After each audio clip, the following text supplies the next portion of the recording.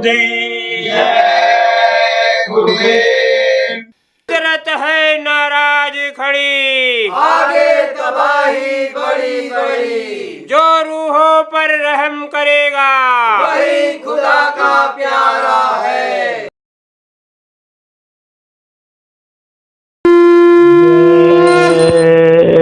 गुरुदेव। यही विधि बीते जन्म बहु, नहीं कीनी परतीत। कृपा करो अब सतगुरु, धारूं भक्ति रीत।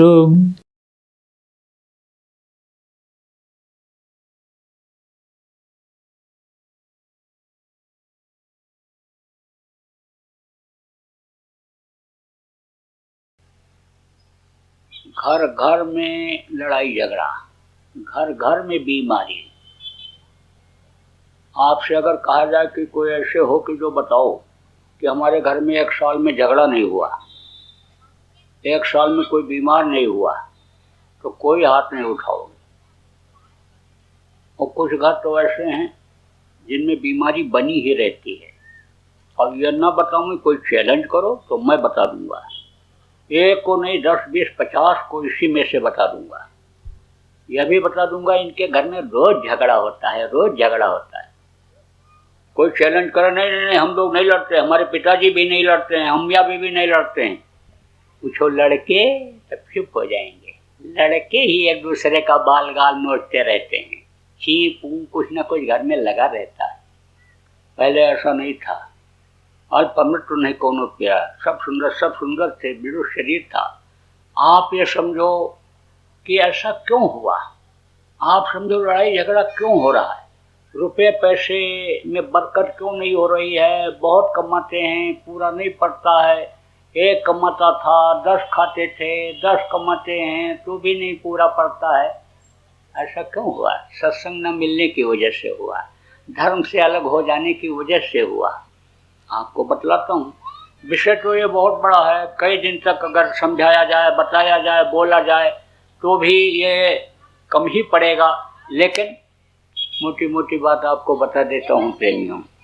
बीमारियाँ, अगर कोई ये कहे कि हम मांस खिला करके या मांस को बाहर भेज करके मांस के पैसे से इलाज करा करके बीमारियों को दूर करा लेंगे, कोई माई का लाल मांस और शराब के पैसे से न तो बीमारी दूर कर सकता है, न लड़ाई झगड़ा दूर कर सकता है, न मानसिक शांति ला सकता है, न देश की व्यवस्था को सही कर सकता है। आज की तारीख में इस चीज को आप सब लोग नोट कर लो। जहाँ पर दुनिया की सारी विद्या, जहाँ पर दुनिया का सारा ज्ञान, दुनिया का सारा धन खत्म हो जाता है, वहाँ से आध्यात्म विद्या, आध्यात्म ज्ञान, आध्यात्म धन की शुरुआत होती है। तो जो उसका जानकार है, उसके बताए रास्ते पर अगर नहीं चला गया तो कितना भी आप आमदनी कर लो, लेकिन कुदरती कहर से बचा नहीं सकते हो। कोरोना आया, बड़े बड़े का दिमाग फेल हो गया, परिवार वाले ही दुश्मन हो गए, नज़दीक कोई नहीं जाते, मुंह देखना कोई नहीं पसंद करते थे, अच्छे अच्छे लोगों को कोरोना हो गया। आप ये समझो, जैसा मैंने बताया, कर्मों का जब सजा मिलता है तब जल्दी बचत नहीं हो पाती है। अभी ये बात तो बहुत पहले बताई गई थी कि ऐसा रोग आएगा कि जब तक दवा खोजेंगे, दवा बनेगी, तब तक बहुत लोग मर जाएंगे। बहुत पहले, साल 2 साल 3 साल पहले कि कैसे उठा करके देख लो आप। लेकिन उस समय लोगों को समझ नहीं आ रहा, अब धीरे धीरे समझ में आने लगा। लेकिन भूलने की आदत, फिर भूलने लग गए, फिर उसी कद में लग गए। उस समय तो बंद कर दिए थे, मांस खाना, अंडा खाना, मुर्गा खाना बंद कर दिए थे, लेकिन अब फिर चालू हो गया। तो आपको समझने की ज़रूरत है कि अगर परहेज नहीं किया जाएगा, शाकाहारी नशा मुक्त लोगों को नहीं बनाया जाएगा। अभी आपने बीमारियों को देखा कहाँ? ऐसी ऐसी बीमारियां आ गई हिंदुस्तान में कि जिसकी दवा इतनी कीमती है कि आप बहुत से लोग करोड़ देखे नहीं हो। 16-16 करोड़ रुपए का एक इंजेक्शन है जान बचाने वाला, और यह भी गारंटी नहीं है कि जान इससे बच ही जाएगी। ऐसा रोग हिंदुस्तान में आ गया, दस्तक दे दिया। आप समझो, डॉक्टर कहते हैं 16 करोड़ रुपए का इंजेक्शन है, बाहर से दूसरे देश से मंगाना पड़ेगा और 6 करोड़ रुपया खर्चा आएगा उस इंजेक्शन को अंदर डालने तक मरीज के। 22 करोड़ रुपया कहाँ से आएगा? 22 लाख भी आप बहुत लोग नहीं देखे हो, बेचारे गांव के आदमी गरीब आदमी। 22 करोड़ कहाँ से ला पाओगे? किसकी जान बचा पाओगे? और जहाँ तक सुरक्षा की जिम्मेदारी देश के प्रदेश के जिम्मेदारों के पास है, उनके पास खजाना भी है। आप समझो कि जब कई लोगों को ये रोग होगा तो खजाना सब खाली हो जाएगा केवल रोग के बचाने में ही। इसलिए इस बात को समझने की ज़रूरत है कि जब तक जीव हत्या नहीं बंद होगी, जब तक उनके मरने का, उनके सड़ने का प्रदूषण नहीं खत्म होगा, जब तक इस धरती पर खून का गिरना बहना बंद नहीं होगा, तब तक तकलीफें दूर नहीं हो सकती। नोट कर लो 19 फरवरी 2021 की आज की तारीख। तो आप प्रेमियों समझो कि निरोगी कैसे रहोगे? निरोगी आप रहोगे जब शाकाहारी रहोगे, क्योंकि मनुष्य का जो ये खून है शाकाहार खाने से ये यानी बनता है। जो खून यानी वो शाकाहारी है। माँ के पेट से कहने का मतलब शाकाहारी खून लेकर आप पैदा हुए हो, और जो चीज़ खाते हो उसी का खून बनता है। शाकाहार किसको कहते हैं? गांव के लोग समझो, ये धान गेहूँ चना ज्वार बाजरा फल फूल और ये साग सब्जी जो खाते हो ये शाकाहारी है। यह शाकाहारी है, अंडा शाकाहारी नहीं है, न मछली शाकाहारी है। कहते हैं जल तो रोई है।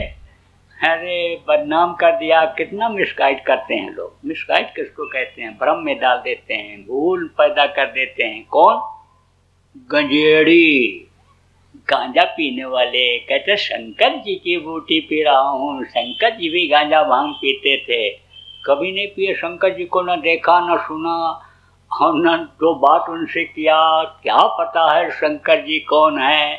पत्थर की मूर्ति को बना करके मान्यता आदमी ने दे दिया, ये शंकर जी हैं। न बोलते हैं, न सुनते हैं, न कुछ कहो। अब हम आलोचना नहीं करते हैं। श्रद्धा प्रेम यानी ही मुख्य चीज होती है। श्रद्धा प्रेम पर हम ठोकर नहीं मारना चाहते हैं। आपका श्रद्धा है, आपका प्रेम है, श्रद्धा का फल उनसे मिलता है, तो हम आलोचना नहीं करते हैं।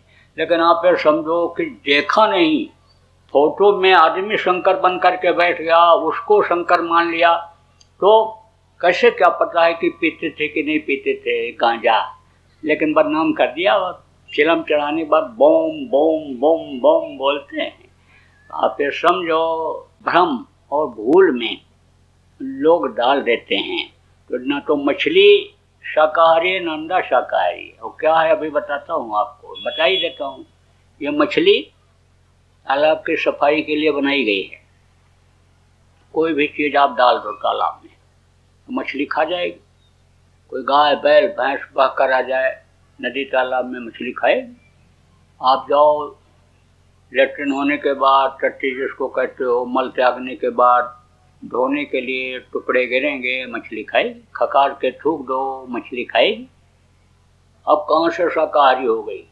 अरे कहाँ से? पेड़ पौधा कोई इस तरह की चीज़ खाता है? कुछ नहीं। तो आप ये समझो, ये जो जड़ है एक जगह से दूसरी जगह आ जा नहीं सकता है। ये शाकाहारी है, मनुष्य का भोजन है। अंडा क्या है? अबे मछली किसके भोजन है? बहुत से लोग कहते हैं मछली कौन खाएगा, ये तो बहुत हो जाएंगे, सड़न पैदा हो जाएगी, बदबू हो जाएगी, प्रदूषण हो जाएगा। गीद और कौवा इस काम के लिए बनाए गए हैं, मछली की सफाई करने के लिए। आहार उनका है ये। अब आप ये समझो कि उन्हीं लोगों की बुद्धि खराब होती है जो गीद और कौवे का खाना खाते हैं। उनकी बुद्धि उसी तरह खो जाती है। वही लोग इस बात को बोलने लग जाते हैं, कौन खाएगा मछली, जब नहीं खाएंगे हम लोग तो बहुत हो जाएंगी, कौन खाएगा उनको, प्रदूषण पैदा कर देंगी, गंदगी पैदा कर देंगी। अंडा क्या है, यह माताएं मासिक धर्म होती हैं, खराब खून इकट्ठा हो जाता है तो बच्चा बन जाता है। मुर्गियों का खराब खून, उनके टट्टी पेशाब का खराब हिस्सा जब इकट्ठा हो जाता है तो वही अंडा बन जाता है। हम बहुत से डॉक्टर साहब लोग तो कहते हैं अंडा खाओ ताकत आ जाएगी, लेकिन उन्हीं से कहो कि मुर्गी का पेशाब पियोगे डॉक्टर साहब? मुर्गी जो मल त्याग करती है, लेट्रिन करती है, उसको खाओगे तो गाली देकर भगाएगा। और अगर प्रतिष्ठित हो गए, बढ़िया कपड़ा पहने हो गए, सरपंच पंच प्रधान हो गए तो हाथ जोड़ेगा, आप अब चले जाओ। और अगर गरीब ढूरे भी बेचारे गांव के आदमी होंगे और कह देंगे तो थप्पड़ मार के भगाएगा। उसको क्या पता है, डॉक्टर को क्या पता। कहते तो है हवाई जहाज बना लिया, हेलीकॉप्टर बना लिया, लेकिन बगैर पेट्रोल डीजल के चलता है। वही तो विज्ञान था कि हनुमान जी उड़ कर गए चले, वो भी एक विज्ञान था। जब जीरो दिया मेरे भारत ने तब दुनिया को गिनती आई। आध्यात्म विज्ञान से ही सारे विज्ञान निकले। तो मोटी बात आपको बता रहा, मनुष्य का जो खून है वो शाकाहारी है, और जो चीज़ खाते हो उसी का खून बनता है। मांस खाओगे तो उसका खून बनेगा, और शरीर के अंदर जो खून है वो शाकाहारी खून है, तो दोनों तालमेल नहीं खाता है तो तमाम बीमारियां हो जाती हैं। देखो जो जानकार वैद्य लोग हैं कहते हैं ना कि कटहल और घी नहीं खाना चाहिए, शहद और वो जहर हो जाता, बहुत सारी घी और शहद जहर हो जाता है। जो जानकार हैं वो बताते हैं, और जो नहीं जानकार हैं खा लेते हैं तो उसी से जान तक उनकी चली जाती है। ऐसे ही यानी समझो कि तमाम बीमारियों का कारण यही है, मांसाहार। आप ये समझो कि कोई रोगी यानी जानवर है और उसको काट करके लाए और खाए तो वो मांस अंदर जाएगा तो वो रोग पैदा करेगा कि नहीं करेगा? कोई टेस्ट करके मुर्गा भैंसा को लाता है कि ये सही है कि गलत है, कि इसके अंदर बीमारी है कि नहीं है। और होटल में खाने वाले लोग तो पूछते भी नहीं किसी से कि किस चीज़ का मांस है ये, वो तो खाते दबाते चले जाते हैं। अरे सूंघ करके देख करके अगर पता लगाने को हो तब तो देख भी सकते हैं, समझ भी सकते हैं किस चीज़ का है। लेकिन जब मिर्च मसाला लग गया उस पर, जब उसका रंग बदल गया, रूप बदल गया, स्वाद बदल गया, तब क्या पता किस चीज़ का है। देखो जानवर तो भी सूंघते हैं। आप घोड़ा के सामने, बैल के सामने मांस डाल दो, सूंघ के छोड़ देते हैं, लेकिन आदमी को सूंघता समझता पूछता है, जो मिल गया खाता दबाता चला जाता है। तो रोग होगा कि नहीं होगा? तरह तरह की बीमारियों का यही कारण है।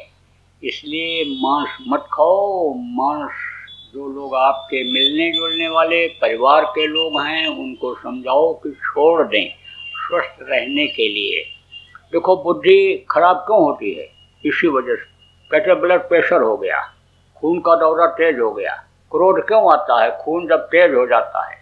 कहते ना खून खोल रहा है, नेवरों के सामने से हट जाओ, अब बर्दाश्त नहीं हो रहा है। तो खून क्यों गर्म होता है? इसी वजह से। मांसाहारियों का खून ज़्यादा गर्म होता है। अपराध, भ्रष्टाचार, ये सब क्या है? ये सब इसी की देन है।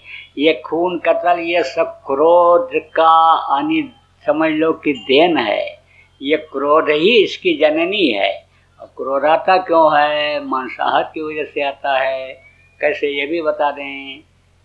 एक कमरे में 4 बैल बंद कर दो, चारा डाल दो, रात में खाएंगे, सुबह दरवाज़ा खोलोगे आराम से निकल जाएंगे। एक कमरे में 4 कुत्ता बंद कर दो, रोटी डाल दो, रोटी भी खाएंगे, रात भर जाऊँ जाऊँ जाऊँ जाऊँ ची पू पों पों करते रहें। सुबह जब दरवाज़ा खोलोगे किसी का कान कटा हुआ, किसी की पूंछ कटी हुई, किसी के पैर से खून बहता हुआ दिखाई पड़े। क्यों? क्रोध ज़्यादा है। मांसाहारी नोचते हैं एक दूसरे को। इसलिए प्रेमियों, कुल मिला करके हमने यही रिसर्च किया कि तकलीफ़ों की जड़ यह मांस और शराब है। तो आप इससे दूर रहो और थोड़ा कम खाओ। कम खाओगे तो बीमारी नहीं आएगी। ज़्यादा खा लेते हो, बीमार हो जाते हो, डॉक्टर के पास जाते हो तो डॉक्टर तो बस ऑपरेशन की ही सलाह आजकल देता है, क्योंकि डोनेशन देकर पढ़ाई किया और फिर पढ़ाई में पैसा खर्चा किया, फिर नर्सिंग होम लोन लेकर के, अस्पताल लोन लेकर के बनवाया, तो 500 रुपये के फीस से उसका कर्जा भर पाएगा? कभी नहीं। वो तो ऑपरेशन पैसा निकालेगा।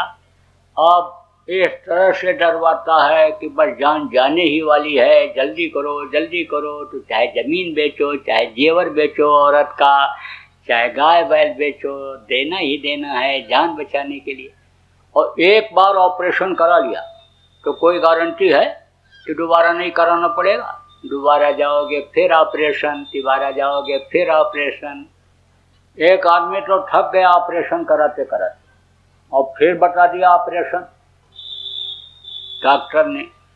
तो कहता है डॉक्टर साहब, अब की बार ऑपरेशन करने के बाद सिलाई मत करना, टांका मत लगाना, चैन लगा देना, चैन या तो बटन लगा देना, क्योंकि फिर आऊँगा तब भी आप ऑपरेशन ही करोगे तो बटन खोल के कर देना। सिलाई करते हो, पक जाता है, पट्टी करानी पड़ती है, तकलीफ होती है।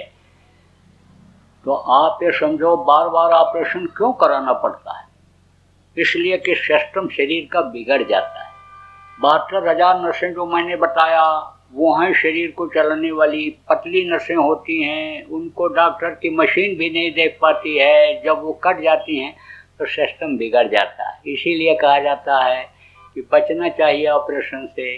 तो जब कम खाओगे, हजम हो जाएगा, तब ऑपरेशन की ज़रूरत नहीं रह जाएगी। तो कहा गया कम खाओ और गम खाओ। गम खाओ का मतलब क्या होता है? बर्दाश्त कर लो, छोटे बन जाओ। ये क्या है? सुखी जीवन का सूत्र है। एक को गुस्सा आवे और दूसरा अगर चुप हो जाए तो लड़ाई झगड़ा नहीं होगा। पुरुष को गुस्सा आवे, पत्नी चुप हो जाए, पत्नी को गुस्सा आवे, पति चुप हो जाए, सास को गुस्सा आवे, बहू चुप हो जाए, बहू को गुस्सा आवे, सास चुप हो जाए, तो झगड़ा नहीं होगा।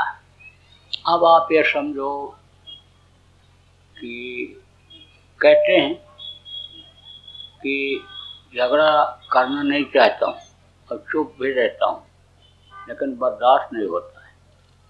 तो जो घर से बाहर निकल जाते हैं, शाम को आते हैं, हारे थके खा के सो जाते हैं, तो वो तो झगड़े झंझट से बातों से बच जाते हैं। लेकिन ये जो सास और बहू घर में रहती हैं, वो अक्सर लड़ती रहती हैं। इनका झगड़ा मशहूर है। अब यह है कि गरीब घर की सास और बहू जब लड़ती हैं, भद्दी भद्दी गाली देती हैं, तो सबको पता चल जाता है। और बड़े आदमियों के घर की सास बहू जब लड़ती हैं तो लोग समझ नहीं पाते हैं। एक तो धीरे बोलती हैं और दूसरे अंग्रेजी में गाली देती हैं। तो अंग्रेजी तो सब लोग समझ नहीं पाते हैं, लेकिन झगड़ा सब जगह होता है। अब कभी कभी तो ऐसा होता है कि बर्दाश्त से बाहर हो जाता है। तो किसी को लठ मार दो, घाव बन जाए तो वो तो भर जाता है, लेकिन बातों का घाव नहीं भरता है। चाहे सास बोल दे, चाहे बहू बोल दे, तो वो घाव बन जाता है। और छोटी छोटी बातों के लिए झगड़ा हो जाता है, छोटी छोटी बातों के लिए। तू डाल डाल तो मैं पात पात, ये बात आ जाती है। बहू तो ये सोच लेती है व्यवहार जैसे खराब हुआ कि बुढ़िया को कब्र पर पहुंचा करके ही दम लेंगे। और बुढ़िया भी यही सोच लेती है कि अब हमको तो इसको कुछ देना नहीं है और इससे कुछ काम भी नहीं कराना है। तो बहू अगर ये चाहे कि हम सेवा भी कर दें, तो सास को जब शंका हो जाती है, बातें जब खराब लग जाती हैं, तो पैर नहीं दबवाती। जब ये देख लेती है बहू की नीयत खराब हो गई, ये तिजोरी की हमारी चाबी ही चाहती है, तब डर के हमारे पैर नहीं दबवाती है कि तिजोरी की लालच में कहीं पैर दबाते दबाते गला न दबा दे। फिर वह भी यही सोच लेती है कि इसको घर से बाहर निकाल करके ही दम लेंगे, चाहे दहेज के मुकदमे में जेल ही क्यों न जाना पड़े। तो ऐसे समय में क्या करना चाहिए? ऐसे समय में जब न बर्दाश्त हो तो प्रेमी यानी भाई बहन जो भी हो घर में, जब न बर्दाश्त हो, बच्चे बच्चियों जो भी सुन रहे हो, माताएं जो भी सुन रहे हो, न बर्दाश्त हो तो भजन पर बैठ जाना चाहिए। ऊपर से कपड़ा डालो, आंख बंद करो, कान में उंगली लगाओ, भजन पर बैठ जाओ। संत भी मनुष्य शरीर में ही रहते हैं, लेकिन पैदा होने के बाद संस्कार होते हैं और उस वक्त के संत के पास पहुंच जाते हैं। अपनी जीवात्मा को बताए हुए उनके रास्ते पर चला करके और मालिक तक पहुंचा देते हैं। वो जग जाती है, जीवात्मा में ताकत आ जाती है। तो जीवात्मा रहती कहाँ है? इस पंचभौतिक शरीर में रहती है, हड्डी मांस के खोल में रहती है, तो इसमें भी ताकत आ जाती है। तो संतों की महिमा में यह बात बताई गई कि संत के शरीर से जो छू जाते हैं और दया हो जाती है, उनको भी मनुष्य शरीर मिल जाता है। जिस गाय का बकरी का दूध पी लेंगे, दया हो जाएगी, उसको भी मनुष्य शरीर मिल जाएगा। जिस पेड़ की दातून कर लेंगे, दया हो जाएगी, सीधे मनुष्य शरीर मिल जाएगा। जबकि जड़ को चेतन में आना जरूरी होता है।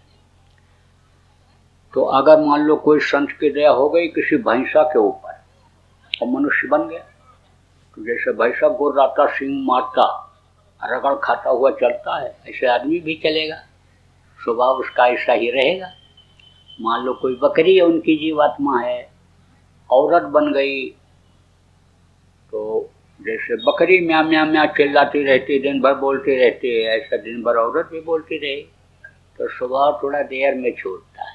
अब कोई स्वभाव वाला ही ऐसा हो जाए तो तुरंत भजन पर बैठ जाना चाहिए। कहना कि और कोई आग हो तो आप हो पानी, किसी को गुस्सा आवे तो चुप हो जाओ, छोटे बन जाओ तो कोई कितना अकड़ के चलता हो तो आपको उठाएगा। अगर गिर जाओगे नीचे पैरों पर तो उठाएगा, उसको भी झुकना पड़ेगा। बुढ़े लोगों से बड़ा ज्ञान मिलता है। बुढ़ों के पास तो लड़के बैठना ही नहीं पसंद करते, तो गांव के लड़के पहुंच जाते थे उधर खेलते हुए, बुढ़ा थका हुआ बैठ जाता था, जीवन किसी तरह से निकल जाए यही सोचता था। लड़के गए तो कहे बाबा कुछ बताओ, कुछ नहीं बोला। बाबा बताओ कुछ सुनाओ। तो मौज में रहता था, तबीयत ठीक रहती थी तब बोलता, उस समय सोचती थी, कुछ नहीं बोला। तो कभी कभी कोई सो रहा हो और धीरे धीरे जगाओ तो नहीं जगता है, थोड़ा सा मांस दबा दो, जिसको चुटकी काटना कहते हैं, तो फट से उठेगा। तो कहा, लड़कों ने कहा छेड़ना पड़ेगा बुढ़े को। कहा तुम डर गए हो इसलिए नहीं बोल रहे हो। बुढ़े ने कहा हम किसी से नहीं डरते हैं। डरते कैसे नहीं हो? वो गांव में दाऊ हैं, बंदूक है उनके पास और तुमको गोली मार देंगे, उनसे तुम डर गए हो। बोला उनके पास 2 नली की बंदूक है, मेरे पास 10 नली की बंदूक है। कहा 10 नली की बंदूक कैसी होती है? न देखा न सुना, 10 नली की कैसी होती है? कहा होती है, रखता हूँ, हमेशा साथ रखता हूँ। कहा तुम तो खाली धोती पहने बैठे हो, बनियान कुर्ता भी नहीं, कहाँ रखे हो? रखे हूँ, दिखाओ काका। ऐसे नहीं दिखाता हूँ, मौके पर दिखाता हूँ। अब लड़कों की जिज्ञासा बढ़ गई, जानने की इच्छा बढ़ गई, पैर दबाने लगे, दाढ़ी वाड़ी में हाथ लगाने लगे, काका बता दो बता दो बता दो। तब कहा अच्छा देखो, 1 नली ऐसे दिखाया, 1 नली, 2 नली, 3 नली, 4 नली, 5 नली ये और 5 नली ये। 10 नली जब ऐसे दिखाता हूँ वैसे, और जिसको दिखा देता हूँ 10 नली, वही सिर झुका देता है। तो छोटे बन जाओ तो सब प्यार करने लग जाएं, बर्दाश्त कर लो तो अभी सब संकट टल जाए। रुपया पैसा में क्यों नहीं बरकत होती है? कहा ना कि रुपया पैसा को जिस तरह से लाया जाता है उसी तरह से खर्च हो जाता है। आप समझो कि खावत खर्चा तो मुक्त दे, संचित नरक द्वार, माया तो है रूखड़ी 2 फल की दातार।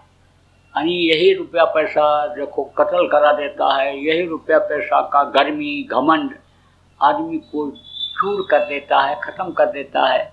और यही रुपया पैसा आदमी को यानी जन्नत स्वर्ग जिसको कहते हैं वो दिला देता है। यही रुपया पैसा मदद यानी समझो कि जब समझ जाता है तो खर्च करके मद में और अपने घर अपने वतन पहुंच जाता है। मोटे तौर से समझो कि दूर दूर से भी इसमें आप आए होगे, भाड़ा किराया रुपया देखो खर्चा किया आपने, अब अच्छी बात आपको सुनने को मिल रही है, बातों को पकड़ लोगे, करने लग जाओगे तो आपका असला काम बन जाएगा। तो रुपया पैसा जैसा लाते हैं वैसे ही खर्च हो जाता है। देखो जुआरी लाता है दांव में लगा करके रुपया पैसा को, लक्ष्मी को लाता है दांव में लगा के और दूसरे दिन फिर हार जाता है। शराबी फेंक आता है बदबू वाली जगह शराब की दुकान पर रुपया को, शराबी के पास रुपया रहता है? नहीं रहता है। चोर के पास रुपया रहता है? नहीं रहता है। एक चोर ने कहा कि चोरी क्यों करते हैं, जब पैसा होता था तो तू लूट कर नहीं लाया, चोरी करके नहीं लाया, बहुत लाया, तो क्यों नहीं है तेरे पास? पता नहीं क्यों है, सब खर्च हो जाता है। तो ऐसे समझ लो आप, मेहनत और ईमानदारी की कमाई से जब लाएंगे तो लक्ष्मी रुकेंगी। जहाँ भी यानी खर्च करोगे वहीं अच्छाई रहेगी, और नहीं तो तकलीफ देकर लक्ष्मी चली जाती हैं। आप समझो जैसा मैंने बताया, आप पैसा भी देते हो और ऑपरेशन करके पेट भी फड़वाते हो, तो मेहनत और ईमानदारी की कमाई करो। तो मोटी मोटी बात आपको बताया है, मोटी मोटी बात लोक बनाने का। अब परलोक बनाने का बताऊंगा तरीका। स्वर्ग वैकुंठ देवलोक पितृलोक सूर्यलोक चंद्रलोक और आप समझो ब्रह्मलोक पाप ब्रह्मलोक सतलोक अलख लोक अगम लोक अनामी लोक, बहुत से लोक हैं। तो घर में ही बैठ करके उन लोकों में आप आने जाने लग जाओ, वहाँ की सैर करने लग जाओ, वो भी तरीका आपको बताऊंगा। वो रास्ता इसी मनुष्य शरीर के अंदर से ही गया हुआ है। आप क्या समझो, इसी घर में मनुष्य रूपी मंदिर में ही प्रभु का दर्शन होता है। जब आप शाकाहारी हो जाओगे, नशा मुक्त हो जाओगे, यह मंदिर साफ हो जाएगा और इस मंदिर से मनुष्य शरीर से उसको याद करोगे तो आपका सुन लेगा। धन्यात्मक नाम किसको कहते हैं? जो धनियों के मुंह से 24 घंटा निकलता रहता है, कभी खत्म नहीं होता। जब से सृष्टि बनी है, रचना हुई, तब से ये नाम है, और जब तक ये धरती आसमान रहेगा, आदमी जानवर पशु पक्षी रहेंगे, तब तक ये नाम रहेगा, ये कभी खत्म नहीं होता है। यह है ध्वन्यात्मक नाम, ये निर्मायक है। माया के लोक में वो नाम यानी जिनके मुंह से निकलता है वो नहीं आते हैं, वो धनी यहाँ नहीं पैदा होते हैं। और जो माँ के पेट में बन करके पल करके बाहर निकलते हैं और उनको नाम को जगाने की ज़रूरत होती है, उस नाम को जिसको वो जगाते हैं वो मायक नाम होता है और वो वर्णात्मक नाम होता है। वो लिखने पढ़ने और कहने में आता है। जैसे त्रेता में राम नाम, द्वापर में कृष्ण नाम, कलयुग में सत नाम, वाहे गुरु, राधा स्वामी नाम, ये सब नाम यानी समझो वर्णात्मक नाम है। और जो मनुष्य शरीर में आए उन्होंने जगाया। हमारे गुरु महाराज ने जय गुरुदेव नाम को जगाया। नाम को कैसे जगाया जाता है यह भी आपको बता दूं। आपको बहुत से लोगों को ये नहीं मालूम है कि आप कहाँ से जुड़े हुए हो। तार इस शरीर को चलाने का कहाँ से जुड़ा हुआ है, उस परमात्मा से जुड़े हुए हो। बहुत पतले तार के द्वारा जुड़े हुए हो जिसको आप देख नहीं सकते हो। तो जब महापुरुष आते हैं तो उसी पतले तार से यानी समझ लो कि उस नाम को जोड़ देते हैं, और जब उस नाम से उसको पुकारते हैं तब यानी समझो वो सुन लेता है। तो समय समय की बात होती है। जैसे त्रेता में राम नाम था, विभीषण के घर पर राम राम लिखा हुआ था, लंका जली थी, विभीषण का घर बच गया था, नहीं जला।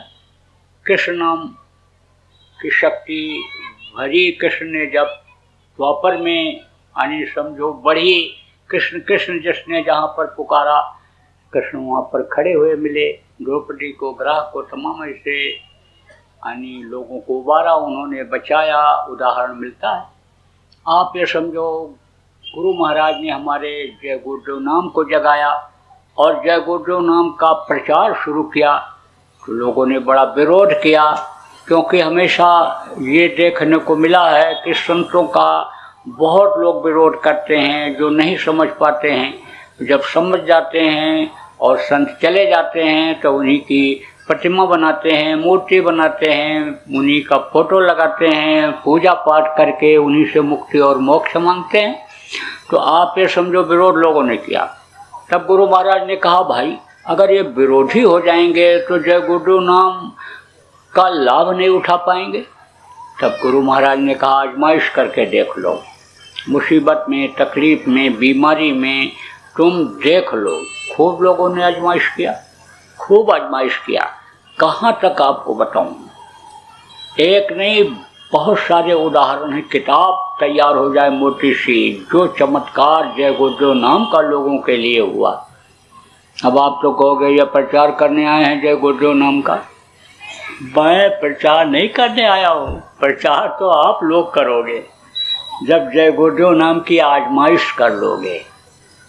आप मुसीबत में, तकलीफ में जब आ जाओ, कहीं भी रहो, जय गुरुदेव नाम बोलो, देखो बचत होती है कि नहीं होती। अरे आप ही नहीं, कोई भी प्रचार कर दो, आप ही नहीं, कोई भी शाकाहारी, सदाचारी, नशा मुक्त व्यक्ति मुसीबत के समय जय गुरुदेव नाम बोल करके फायदा उठा सकता है।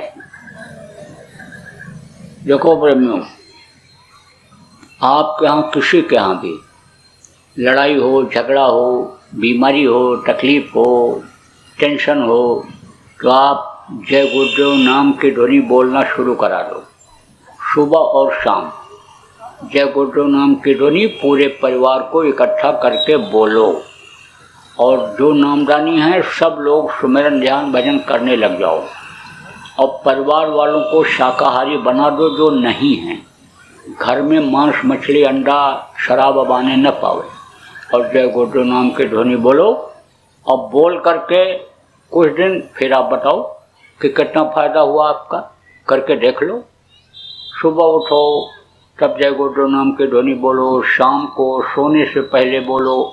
देखो बच्चियों, तुम लोग भोजन बनाती हो, कहती हो खाना बनाया, खाया, लेकिन अब जब भोजन बनाओ तब उसको प्रसाद बना करके तब खाओ। प्रसाद बना लो। कैसे प्रसाद बनता है? प्रसाद यानी समझ लो जय गुरुदेव नाम ध्वनि बोलने के बाद तब बनेगा। आपका भोजन तैयार हो जाए, चाहो थाली में हर चीज़ रख लो और फिर जय गुरुदेव नाम की ध्वनि बोलो और फिर उसी में से सब में डाल दो, प्रसाद बन जाएगा। और फिर आप खाओ, खिलाओ, देखो कितना फ़ायदा आपको दिखता है। तो आप सब लोग देखो बच्चियों, पिछली चीज़ों को तो सब छोड़ दिए, पीछे देखो सब नियम बना दिया गया था। जैसे मोटे तौर से आप समझो कि जब भोजन बनाने के लिए औरतें जाती थी तो आटा का एक चुटकी, अगर रोटी बनाना हो, चावल बनाना हो तो चावल का एक चुटकी, दाल बनाना हो तो एक चुटकी, ऐसा रखती जाती थी। इसको चुटकी कहते थे। 5 आदमियों का बनाओ, छठवा आ जाए तो वो भी खा जाता था। सब तृप्त रहते थे। ये नहीं कि कम खाया, कभी कभी ऐसा होता मन नहीं भरा, ज़्यादा खा लेता है। कभी ऐसा होता मन भर जाता है थोड़ा ही खाने में, खुश हो जाता है, मन प्रसन्न हो जाता है। भाव से, प्रेम से जब बनाते हैं तो थोड़ा ही खाता है आदमी। तो भाव कैसे बनता है? धर्म करने से बनता है। वो चुटकी जो रहती थी भंडारे में, गरीबों के खिलाने में, वो सब खर्च होता, तो भाव अच्छे बन जाते थे। भाव अच्छा बनता है तब यानी समझो भोजन स्वादिष्ट बनता है, मन प्रसन्न हो जाता है। पहले कोई किसी के दरवाजे पर पहुंच जाता तो कहते मेहमान नहीं भगवान आ गए, मगर बुलाए आ गए, खूब इनको बढ़िया प्रेम से बनाओ, खिलाओ और सुलाओ। और अब अगर कोई मेहमान थोड़ा देर से पहुंचे, 9 बजे 8 बजे, तो औरतें कहती हैं टेंशन आ गया, टेंशन, हर रात को आना था इसको, अब क्या करें, फिर से बनावें, फिर से खिलावें, कब सोएंगे, कब उठेंगे, कब बच्चों के लिए रोटी बनाएंगे, कब भेजेंगे स्कूल। तो आप समझो भाव खराब हो जाता है। तो कहने का मतलब यह है कि पुरानी चीज़ों को अगर अपना लिया जाए तो अभी बहुत कुछ सुकून और शांति महसूस होने लगेगी। तो बोलिए जय गुरुदेव। जय गुरुदेव। अभी आपने बाबा उमाकांत जी महाराज के सत्संग को सुना। बाबा जी अन्य किसी से चंदा न लेकर अपने प्रेमियों के सहयोग से देश विदेश में तमाम जनहित के काम करते हुए सभी तरह की तकलीफ़ों को दूर करने व प्रभु के मिलने का उपाय बताते हैं। आप इस जीवन के इस बचे हुए समय में समय निकालकर बाबा जी से ज़रूर मिलिएगा। आपके सुझाव के लिए व्हाट्सएप नंबर 9575600700। जय गुरुदेव, जय गुरुदेव।